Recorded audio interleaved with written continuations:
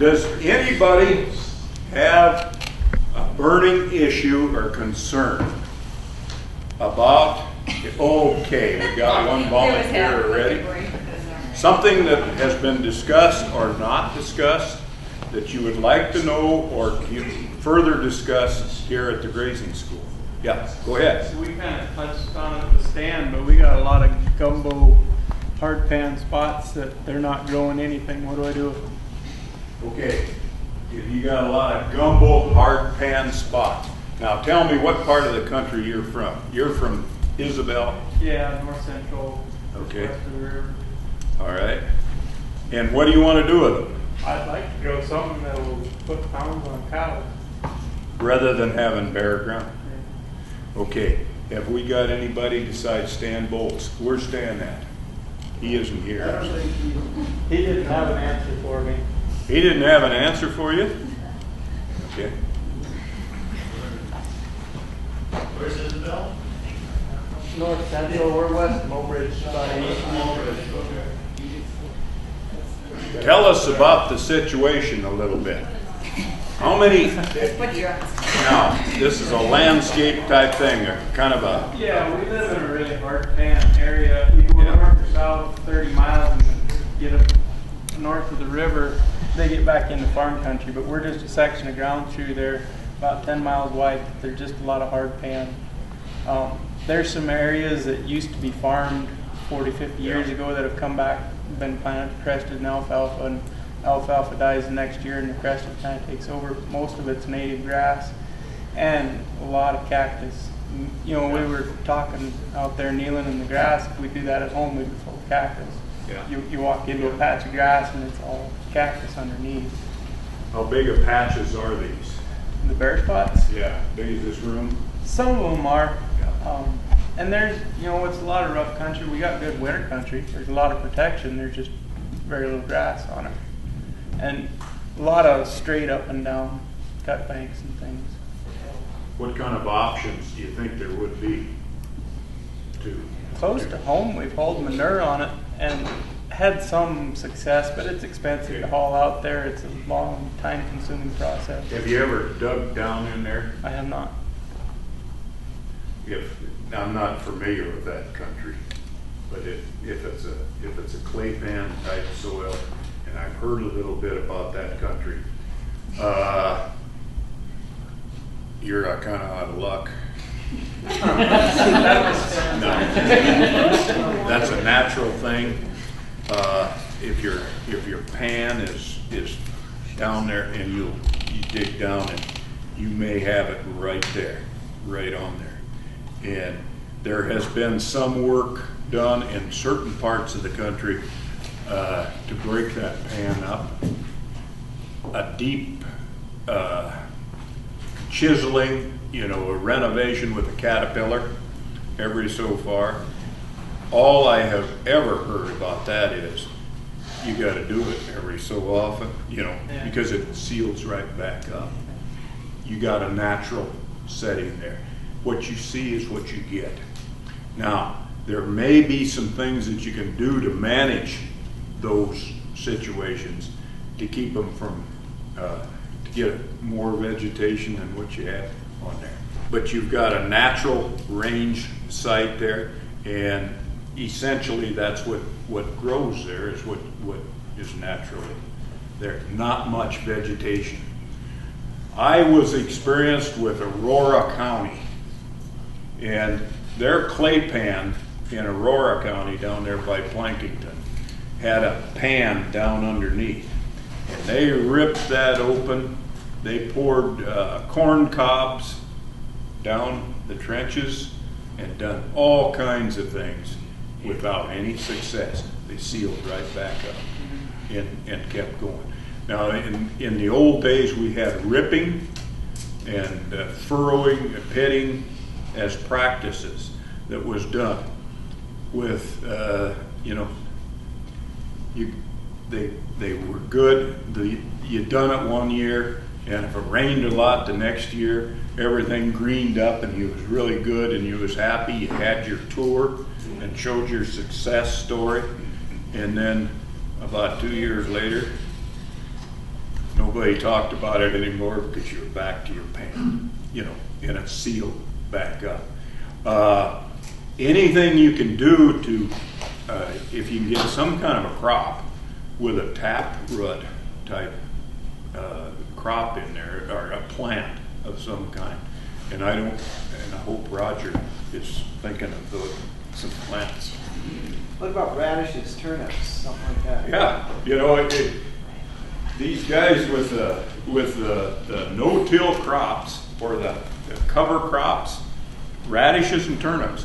And I just talked to a farmer the other day, and he says these radishes go down, just right down through anything.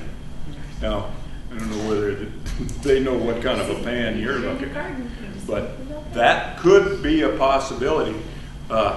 Here again, you know, I was talked about the big Rex and the little Rex. Start with the little one and try it out. You know, any kind of thing. And maybe the radish thing might be a good deal.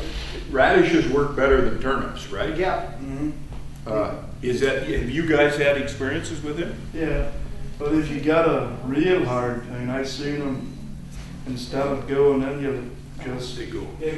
keep coming up. Yeah. I don't know if it's feasible for you, but if you feed on it, you know, I have had not great luck, but I will, and I've done it a few years. I've got a neighbor that's done a lot of it, and he's getting stuff coming, some Western. But I don't know if that's because the way it sounds, yours is clear out. And I mean, we're feeding hay on it. I'm rolling bales. And we've got places that are close to the house that we've hauled manure and got some weeds to come the first year, and they've grassed over, but that manure, 20 years from now, it'll be gone. Get both action. Okay. Drive the stuff in, living around, you're churning stuff up.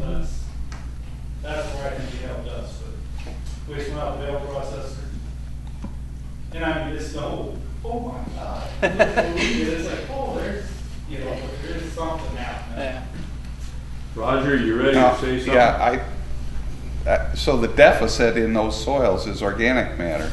And so the clue that the manure is working says that's a corrective for that. And so any of these ideas of adding hay, feeding hay, putting the mineral on that spot to get traffic there, and boy, I'd be keen if the cover crops would work, but you got to have cooperative moisture for that, and that's a real challenge. And when we do get moisture, the water just kind of sits on those hard pan Yeah, spots. because they seal up better than that soil we saw in the. Yeah. If you get a dam that leaks, you go dig up some gumbo and throw it in there, and Yeah, it'll seal right in. exactly. You know what I'd do? I would get me a bag of radish seed. And I don't know, it isn't expensive. No, what I would do is I'd put some of that cattle manure on there, and I'd try to get a vegetation on top of that cattle manure. And once you get a vegetation started, you got the ball rolling. But until that time, your ground will stay bare, won't it? There won't be nothing growing on it. Yeah. You got to have something. What's the soil pH of it? Have you ever checked the soil pH? Is it 8.5. acidic? Is it acidic? No, very basic. Very basic. Quite often, these spots can be alkali or saline or both. So there's some issues with the cover crop idea too, is that a lot of the things you guys are suggesting aren't going to handle those soil conditions. We live in Buffalo County, but we actually have a pasture in Lyman County, and it's a part of the pasture where the cattle really don't ever get to. And I noticed this year when we were fencing, it was all like dead. There'd be just like dead patches, like 2 acres worth. And then you'd go a couple 100 feet, and there'd be another 200 acres worth, and they were grubs. Supposedly, that's what we've heard that they are. And they said that it's costing like $1,200 an acre to get rid of them. I'm just curious what you've run across. They're what? They're grubs. White grubs. June bugs, June bugs. So what are we supposed to do with those? Judge, you I'll got tell you what the entomologist in West River Ag Center said, nothing. He goes, by the time you see them, it's too late. He goes, they were a byproduct of the open winter. He goes, you could spend $1 gazillion on them and they're a natural thing in life. Because you said when we was at the bird tour, pre-tour, happened in Millette County one time, Yeah. 25 years ago, didn't it? And you can spray it, but they said the spray, you can't even get it down through the duct to get to the bugs.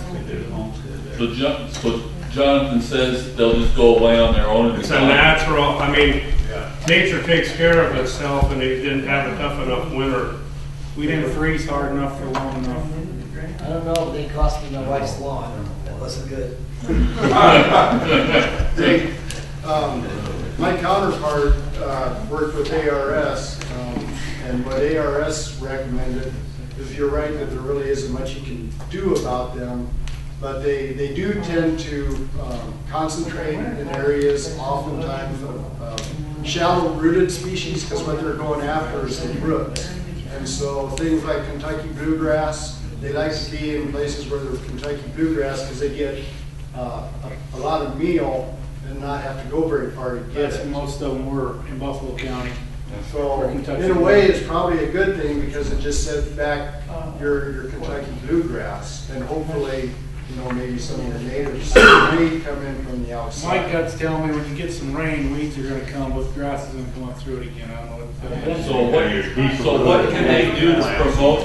What can they do to promote some more desirable natives coming in then, since the bluegrass is dead, is what you're saying, right? Right now. It's cut off about that far below the soil. Okay. It's just like you went into a saw cutter and you cut it. If you run your hand underneath there, You just can run flip it right right up up. the roots, and you can just find the white grubs and go like, good fish, catfish. Then a lot of times, June bug. it's the Big old white ugly thing. it's the larvae of the June bug, and it's a 3-year life cycle for that grub for it to mature before it comes out of the ground as the June bug that we're familiar with. And a lot of times skunks and coons will get in there and actually lay back that sod, going after those grubs. And there again, that's a good thing because that's a natural predator. Would it be worth broadcasting seed on these things? Yeah, it will come back. What's That's just like The seeds should still be there. spraying curly cup gumweed when it's a biannual. It's just like the same thing. The year you got it, you just live with it and hope like a good, sound range management program of rotational grazing. Set that pasture aside. If it's one pasture, set it aside, let it come back, let it get weed, rest it, and then go in that, maybe fall graze it or something lightly, then come back and then put it back into your system. What I have seen of it, and when we had that in Millette County that one year, that thing it looked like it was devastating. In 2 years, you forgot about it. It's just like the drought. When it starts raining again, and that's what happened there. Nobody did anything. It just lived in force.